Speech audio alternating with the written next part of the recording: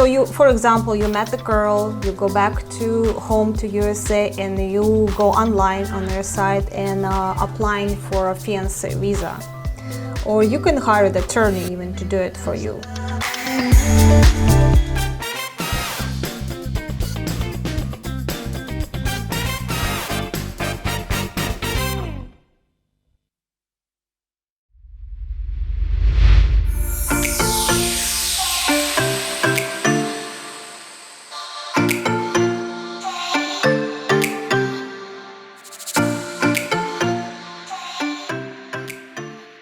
How does the fiancé visa process work? How does the immigration people know that we're getting married?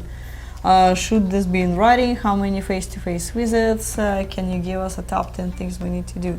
Well, of course they'll know you're getting married because you're gonna file for a fiancé visa. They will suspect you getting married. I got fiancé visa, so we went on that process. It will take about from 7 to 9 months. It's not really difficult if you have a real relationship. So you probably have to go there like 3 times before you apply for that visa, because they will need a lot of pictures and a lot of proof of your real relationship.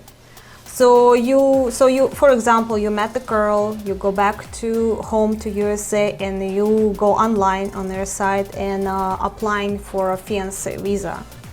Or you can hire an attorney even to do it for you.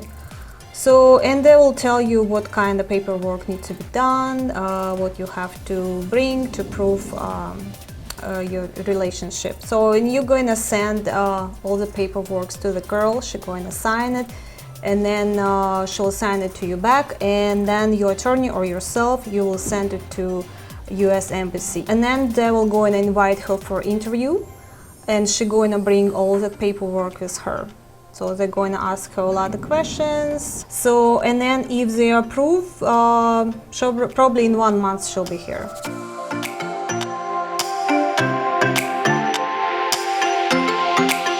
When it comes to the K-1 visa, is it true if you marry a foreign woman and divorce sometime later, then that you are financially responsible for her for 10 years? I mean, if she gets a credit card and doesn't pay her bill, then the ex-husband has to pay. Well, Dave, I got news for you. If you get married to someone in the United States and she gets a credit card and you get divorced, you could be on the hook for that as well. She doesn't have to be from another country for that to happen, believe it or not. So you have to be careful when you marry, because when you marry, you can both be responsible for debts. And it doesn't take both of you to get you into that debt, but since you're married, you both can be responsible for those debts. Even she could be responsible for the debt, even though that debt was obtained by you before you got married. Yeah. Oh yeah. Depending on what state you live in, because community property states.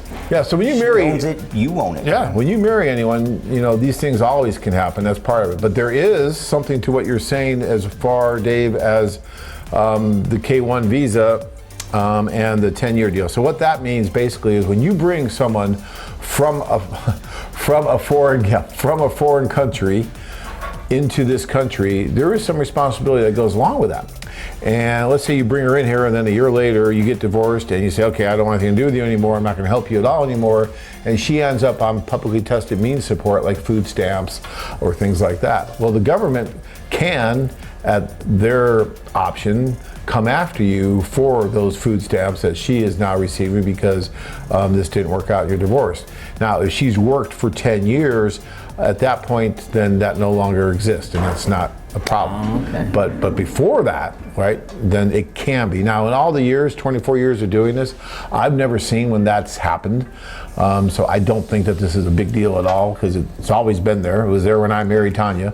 Tanya made more money than I did one year, actually, and she's done just fine. But, you know, problems can happen with couples, and that can be a possibility, but I've never seen it enforced. At least I've never heard of it.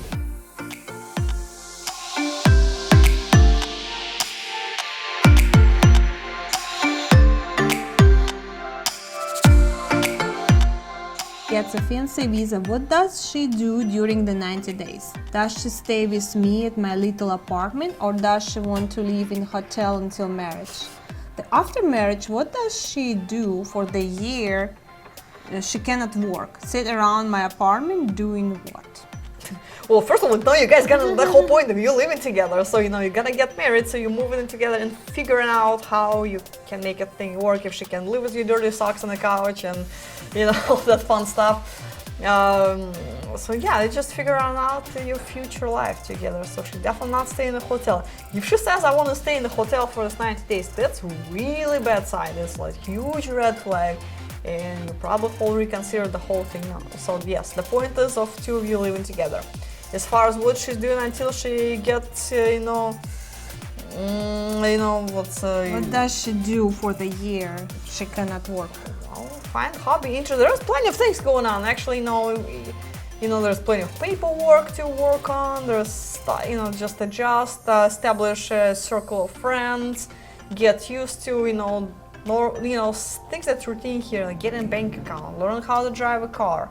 Again, establish you move into a new area, learn language, so she cannot work, but she can go to, sign up for ESL classes in community college. There's one million things she can do. So easy, right? So much to do actually. She'll be so busy. Of course, she will live in your apartment. How else you guys will know they want to marry if she's going to live in a hotel? You guys will never find out. So of course she's gonna live in your apartment, and it's not going to be like she's not going to be bored. So she's going to walk around. She's going to go to stores. She's going to learn how to drive. If she doesn't speak a lot of English, she can go to college and learn English. A lot of stuff to do.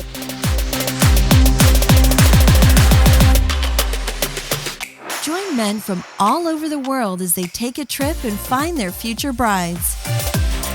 Interested? Learn more at Asian-women.com. If you enjoyed this video, be sure to give us a thumbs up.